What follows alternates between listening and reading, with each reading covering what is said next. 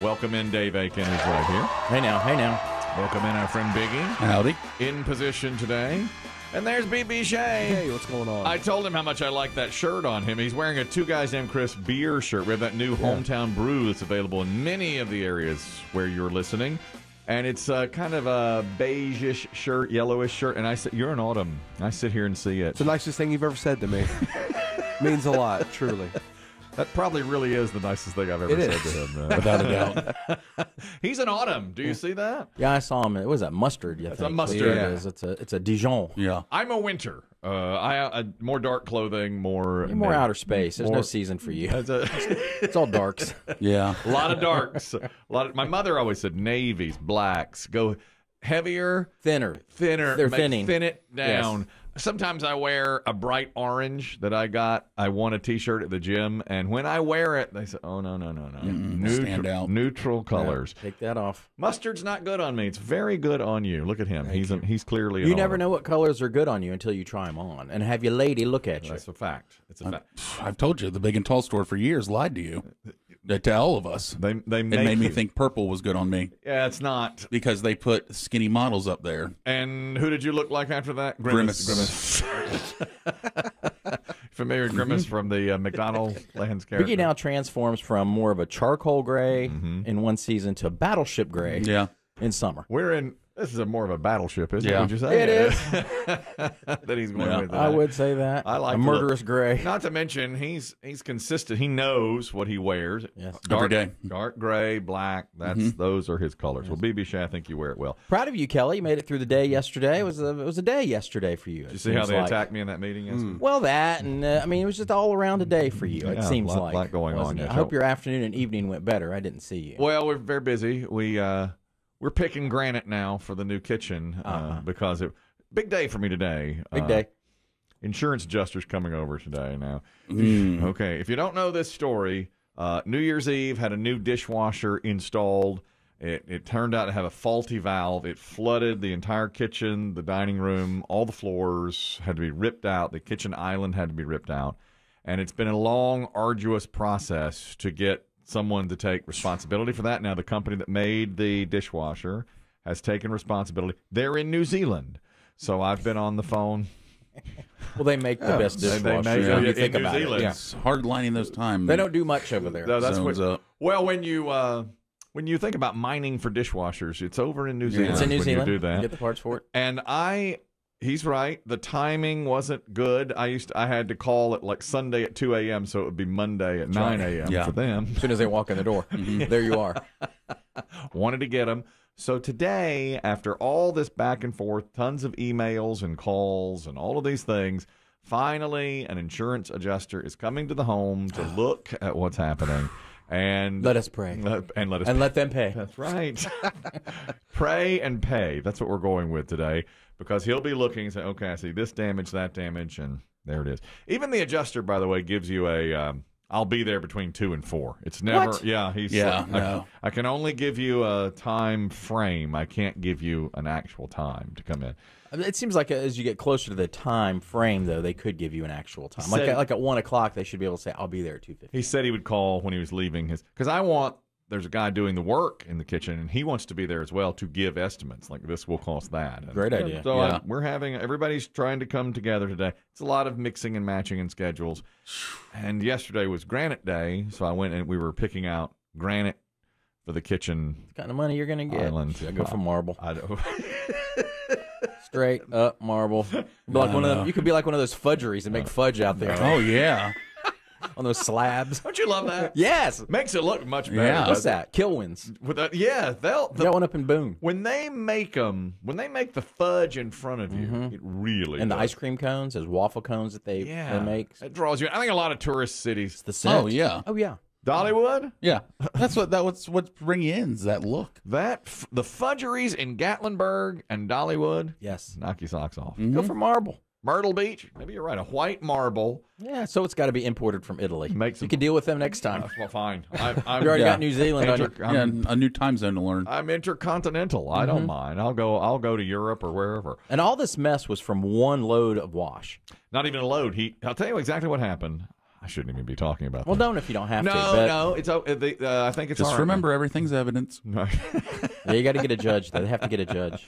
The guys came to install it, and it took them a long time. And he said to me, usually this only takes me about a half hour. I was watching the Michigan TCU game, okay? And it was after halftime when he finished up. It was New Year's Eve, and he started on it. And a couple of times he had to call his boss and FaceTime with him and, like, showed him the inside. And, like, look at this. What do you think of that? You know? And the guy's like, yeah, you got to do this right here. So he had a hard time getting the old one out, and then he put the new one in, and he had a hard time with that too. And he had 2 more stops to make. So that was the thing. It was New Year's Eve. He had 2 stops to make. It was getting late. It took him way longer. And so he started it, and he said, okay, you should be good. And I said, really? Are you sure it's going to drain and everything properly? He goes, oh, yeah, you're good. And he left. Not leaking out front. Not yet. And then later I realized he was supposed to stay for a half hour at least to watch the full cycle. Well, shortly after he left, it started going beep, beep, beep, zzz, you know, a lot of that. And I thought, is that regular? Is that normal? And what I didn't know is it was leaking water all behind it and underneath the floor. And if he had stayed, he probably would have caught it. But it was a faulty dishwasher. So, I mean, so it's been a long back and forth on this whole thing. Yeah, but the fact that it displays that much water, and that's not even a full run. No, it didn't. No, it went. But it went for a while, and it really got out everywhere. So that's where we are today. And that was the whole thing was like, was it the installer that did it, or was it the dishwasher? And they did determine that it was a bad dishwasher. However, if he had stayed 10 more minutes, he would have said, oh, this is bad. You know, he would have caught it. And get home to his family. He had 2 more stops to make. 2 more stops. And it was New Year's Eve, and by the time he left, Michigan had just been upset by TCU. I'll always remember that. It was I will never forget that one, I can tell you. So yesterday, I got attacked. You didn't even know this, Biggie. This is how the littlest patriot lays in wait for me, all right? Okay. This is what I do. Now, you know, Chris Demm's out with COVID. You're aware of that. So we now currently have a plan in place. He can work from home when he feels up to it. We have the equipment to do it. He doesn't feel well. Puny. Yesterday, I texted him, and I said, how do you feel? You know, I always have to preface with, how do you feel? You don't mean it. You play Clayton. No. I mean, really what I'm saying is, when can you work? Let me get to the point. Let's get right to it. When can you work? But I start with, how do you feel? And he responded, like I've been run over by a Mack truck. And then I wrote back, so do you think maybe you could be in it? So what's that mean exactly? But it was determined, no, he would be out today. So he won't be with us today. Now, when I had COVID a month ago, I felt fine. But we didn't have the equipment to work from home. It was in Georgia somewhere. No, it really was. It was in Georgia. Where most people keep equipment. I was told it was in Georgia. I was told it was in Georgia. You all don't even know this idea that I had. I know Biggie doesn't know this. They left it in Georgia. They left it in Georgia. Okay. Now They remembered their snacks. We are on an affiliate station in Georgia, and it was down there in Georgia. And so I said to the engineer, I was like, I could work from home. I'm feeling fine. And he said, no, the equipment is in Georgia, and so we can't do it. That's what Drew told me. So after all, I was back in the office and healed up and everything and allowed to come back, I went to the Littlest Patriot, who is my arch nemesis, but also our program director.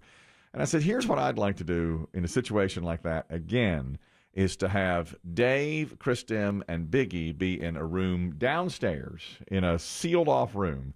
And I would be in this room. So I would come in the front door and go right into this room. And it's only about a 5-second walk from the front door to this room. And he said, but what about that 5-second walk? I said, I'll wear a mask and I'll hold my breath. And I'll come in here and I'll do the whole show for 4 hours. And I'll run all the stuff here, and they'll be totally away from me. And then right after the show ends, 5 minutes after it ends, I'll get up, I'll hold my breath, I'll put on my mask, and I'll walk right out the front door, and I'll clean everything in here. And then let's give it an hour to fumigate, and then somebody could come in, after that. And then Biggie and Chris Demm and Dave never have to see me. I'd never have to see anybody, but I'd be shut into this room. Now, the Littlest Patriot said, I love it. I absolutely love it. But others won't like that because you'll be bringing COVID into the room, okay? Yeah, no, I heard about this because Everybody, it was a shot They're around the talking world. about it. Yeah. oh yeah, They're talking about it. Oh yeah, I get a. You're never gonna believe this. And to which I say to them, I've known this man for 15 years. I do believe it. Yeah, nothing shocks. Whatever you're going to tell me, I believe. That's it's a good plan. It's a good. I'm in this room. There's no. I'm in this room. Nobody else sees me. Okay. So yesterday, now that was talked about a month ago. You know, it was all done. Now the equipment has made its way home from Georgia. Oh. If Chris Demm felt better, he could use it. If I was sick or anybody was sick, we could use it. I don't like to miss a show. Why? Because if I miss one, they fire me. That's right. Somebody else will come in and do it better, and they'll fire me. So I said, I'll do it in this room. It's all shut off. I thought it was a good plan. Littlest Patriot said, it's brilliant. But other people, these ne'er-do-wells, these wusses, they won't go for it. You know? They won't. They can't bring it into the building. I said, okay, fine. I get it. That was it. We didn't talk about it again. So yesterday we had this meeting. BB Shea's around the table. There's like 12, 15 people around the table, including Dave. And I had just texted Chris Demm to say, how do you feel? He said, like a Mack truck hit me. And so I announced and said to BB Shea. Snaps pen. I announced to BB Shea, he's not in tomorrow. You're going to have to be in here. So everybody's like, well, how does he feel? I said, he says he feels like he got hit by a Mack truck. Well, then the Littlest Patriot turned to me and goes, why don't you tell him your idea? Why don't you tell him that ridiculous idea you had? And I looked at him like, yeah, you wanted this idea. Yeah. Oh yeah, he's two-faced. So I told it just like I just told it to you. And then all of them looked at me aghast. You should have seen the eyes. Yeah. How dare you? How dare you think of something like that? And I said, but I would hold my breath. No. I would hold my breath. And all of them ran out of the room like they could never trust me again. Like, oh, it's the worst possible thing. You know? I'll have BB Shea call the CDC. He'll get one of those big white suits. Yes. I'll wear it in. A hazmat, whatever. I wanted to come in. I should have been applauded for my work ethic. Instead, they looked at me, hands over. I can't believe you would say that.